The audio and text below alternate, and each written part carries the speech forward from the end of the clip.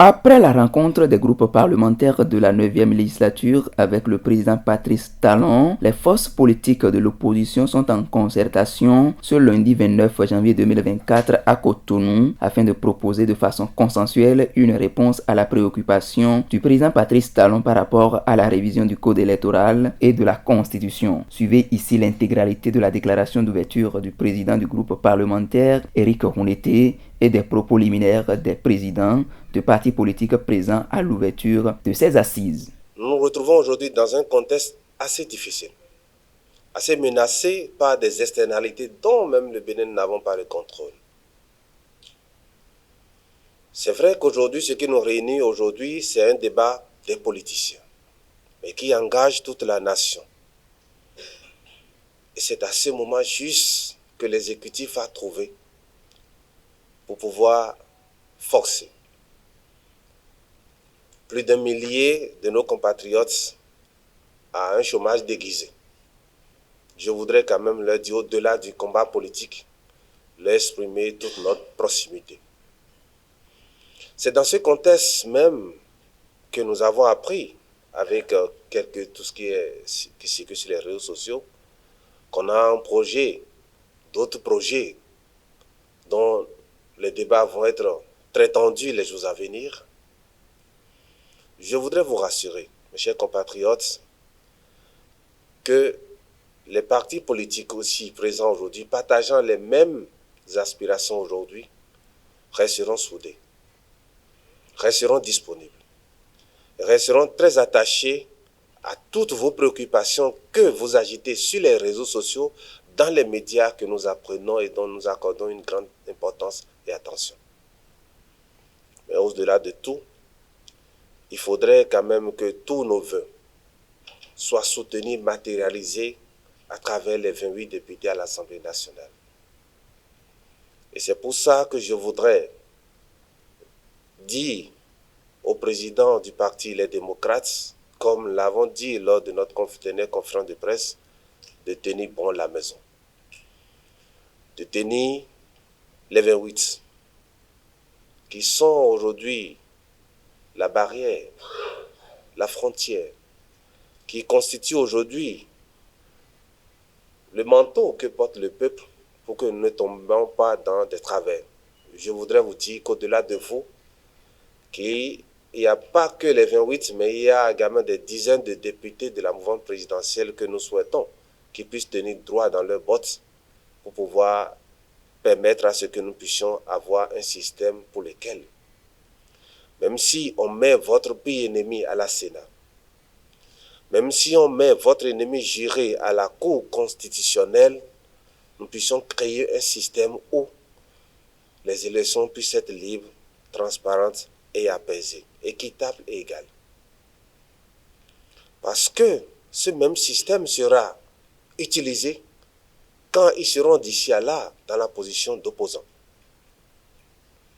Je voudrais qu'ils comprennent en réalité que le code électoral en cours de révision aujourd'hui, au-delà de la question de qui parraine ou qui ne parraine pas, ce code doit être révisé de manière à ce que nous puissions aller aux élections dans la tranquillité, dans la transparence, parce que ce même code pourra leur être appliqué dans quelques jours. Qu'ils comprennent ça, que ce n'est pas seulement une bataille d'un camp, mais c'est une bataille du peuple.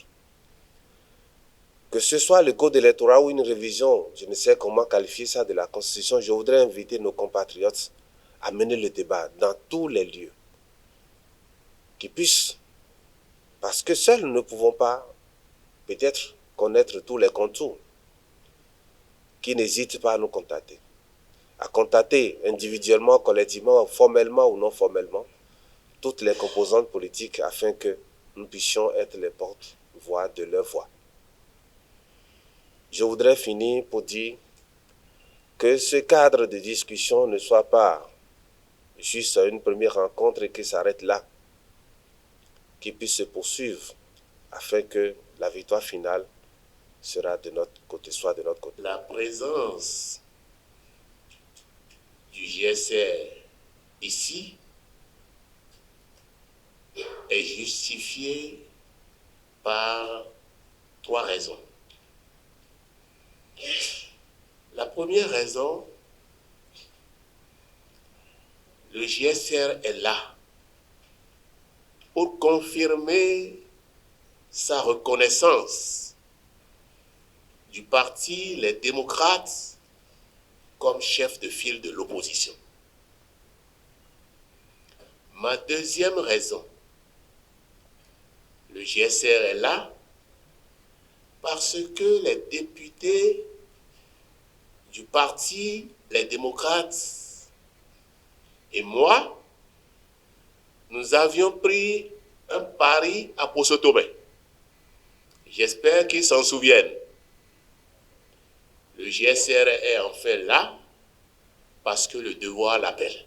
Mais je voudrais également saluer le président de la République parce qu'il n'est jamais tard de bien faire. Je le salue pour avoir initié cette réconciliation. Et je voudrais espérer que c'est sincère.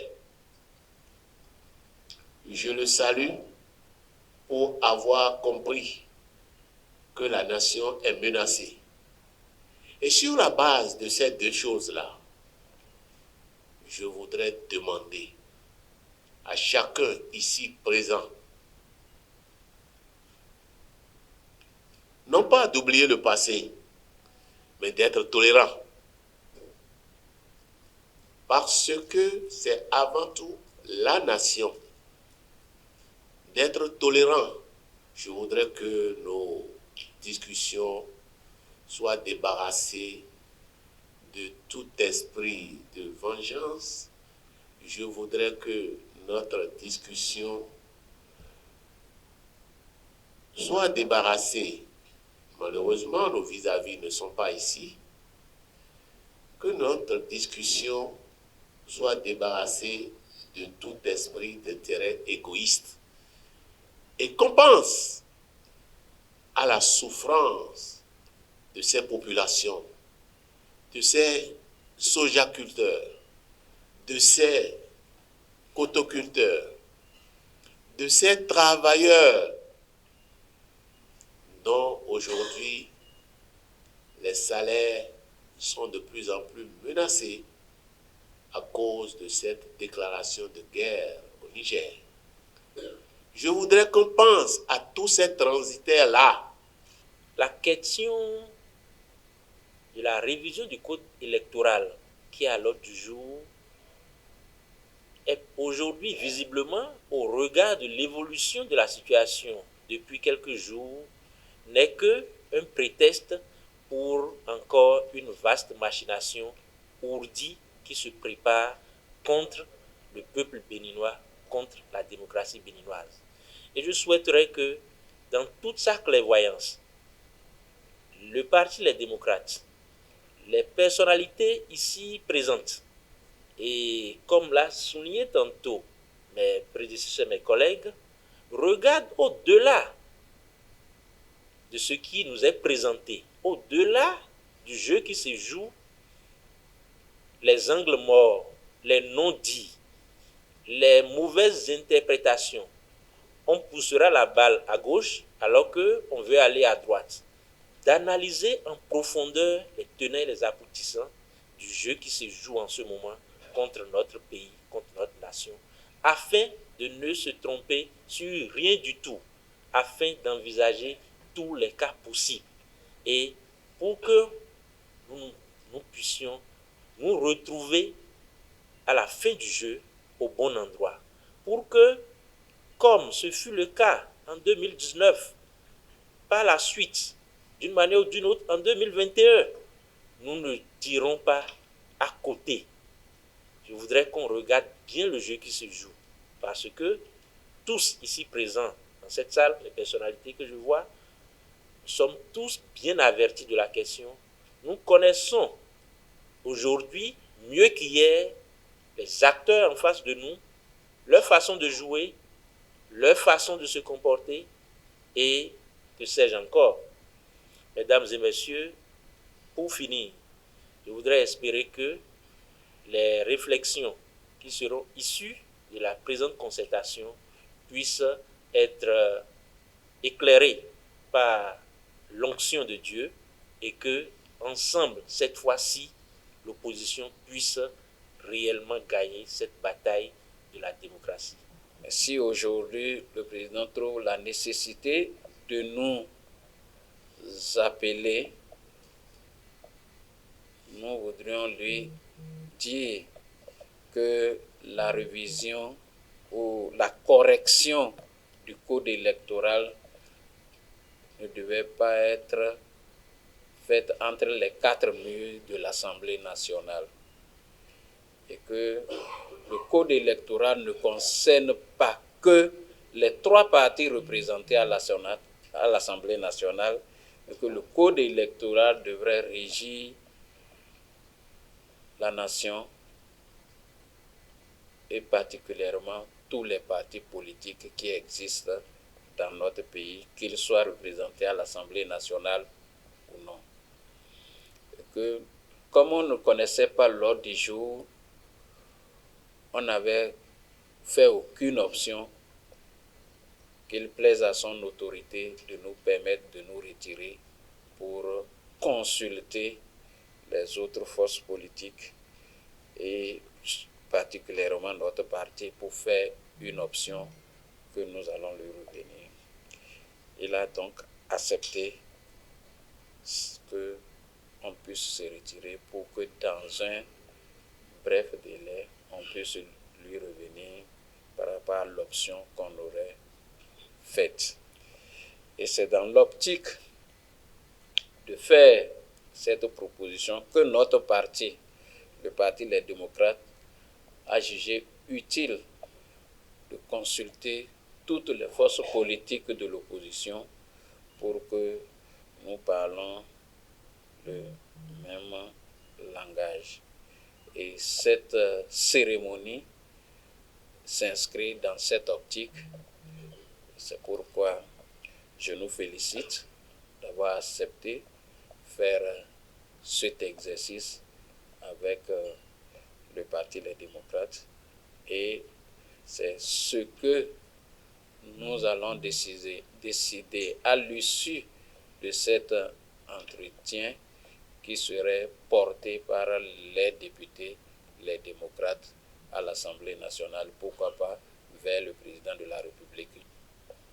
Un matin, plus de 1000 agents des forces de défense et de sécurité se sont réveillés et ont découvert qu'ils ont été mis à la retraite.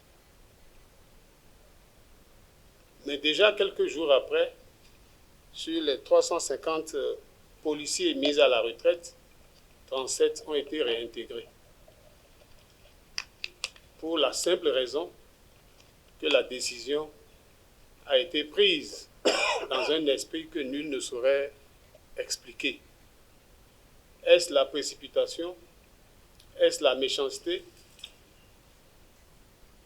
Est-ce les règlements de compte? Nul ne peut le dire. Dans tous les cas, cela laisse transparaître que cette décision a été mal pensée. Mesdames et messieurs, un jour, une loi votée en 2019 et pour laquelle on a tué et pour laquelle on a tiré à bout portant sur des manifestants.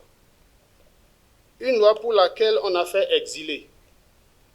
Une loi pour laquelle on a envoyé en clandestinité. On a mis en prison nombre de nos citoyens. Un jour, un matin, comme par hasard, cette loi dite pure et sainte, et pour laquelle nous ne devrions qu'obéir, cette loi pour laquelle nul n'avait le droit de contester, cette loi pour laquelle on a réprimé toute manifestation, un matin, subitement, quelqu'un se trouve l'ingénieuse idée d'y trouver des coquilles, de saisir la Cour constitutionnelle. Et cette loi pure et sainte a révélé que le Parlement de la 8e législature n'a pas été capable de transposer une disposition constitutionnelle dans le code électoral. Plus grave, la Cour constitutionnelle, dans son œuvre de contrôle de constitutionnalité, n'a pas su déceler cela. Mesdames et messieurs, aussi subitement que cela est apparu, une idée de révision de la Constitution a surgi, comme par enchantement.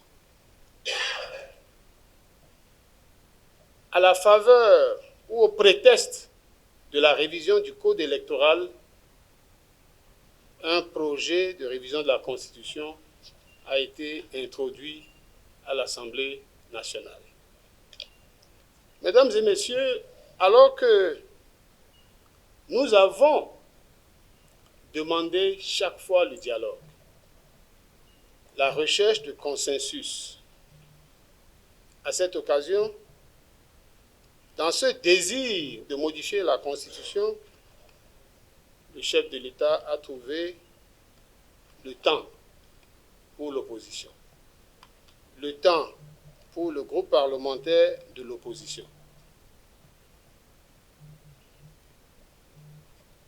Les conclusions de ces assises avec le chef de l'État ont bien indiqué qu'il n'était pas question d'avancer si on n'avait pas l'accord des démocrates. Mais une proposition de loi a été déposée. Depuis ce jour, mesdames et messieurs, notre pays s'est réveillé.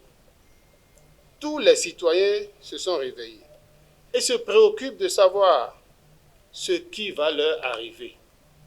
Les députés du parti Les Démocrates, les députés de l'opposition, comment vont-ils se comporter? Une réponse est attendue de notre part. C'est pourquoi le parti Les Démocrates, dans sa démarche de recherche de consensus et surtout de cohésion des forces politiques de l'opposition, a fait appel à ses pairs pour qu'ensemble, nous examinions les solutions possibles à la situation qui se présente à nous. Pour qu'ensemble, nous apportions une réponse idoine, la réponse idoine, une réponse à la mesure des attentes de nos populations. C'est pour cela que nous nous sommes réunis ici aujourd'hui. Mesdames et messieurs, nous avons fait du chemin au niveau de l'opposition. Nous avons des expériences. Nous ne sommes pas totalement satisfaits des résultats de nos expériences, mais nous apprenons de nos faiblesses et nous apprenons aussi de nos richesses que nous allons prendre en compte dans la réflexion actuelle. Notre désir est que dans un élan de solidarité et de cohésion, l'ensemble de l'opposition apporte les réponses qu'il faut, les réponses qui sont attendues. Mesdames et messieurs, il n'est pas superflu de rappeler, d'insister sur la demande pressante des populations du Bénin. Il n'est pas inutile de rappeler les pressions diverses que les députés du parti Les Démocrates, parti de l'opposition, subissent. Il n'est pas inutile de rappeler les pressions, les alertes, les menaces même, les conseils, les encouragements que tous les acteurs politiques dans le pays reçoivent des populations. C'est pour ça que la réponse que nous aurons à apporter à la demande des populations doit être une réponse qui reste conforme aux exigences démocratiques, conforme à la volonté populaire. Voilà pourquoi, chers camarades, chers mesdames et messieurs les membres des différents partis, je suis persuadé que nos échanges déboucheront sur des conclusions exploitables, que nos échanges indiqueront parfaitement notre refus de nous accoquiner de nous contenter d'accompagner les volontés, j'allais dire même les fantasmes du régime de la rupture. Les populations nous demandent de ne pas nous aventurer dans une révision constitutionnelle opportuniste, de ne pas nous aventurer dans une révision constitutionnelle avant 2026. Mesdames et messieurs, c'est sur ces mots que je voudrais déclarer ouvertes les concertations entre les forces de l'opposition pour apporter une réponse adéquate aux sollicitations populaires et aux provocations qui nous sont adressées. Merci beaucoup.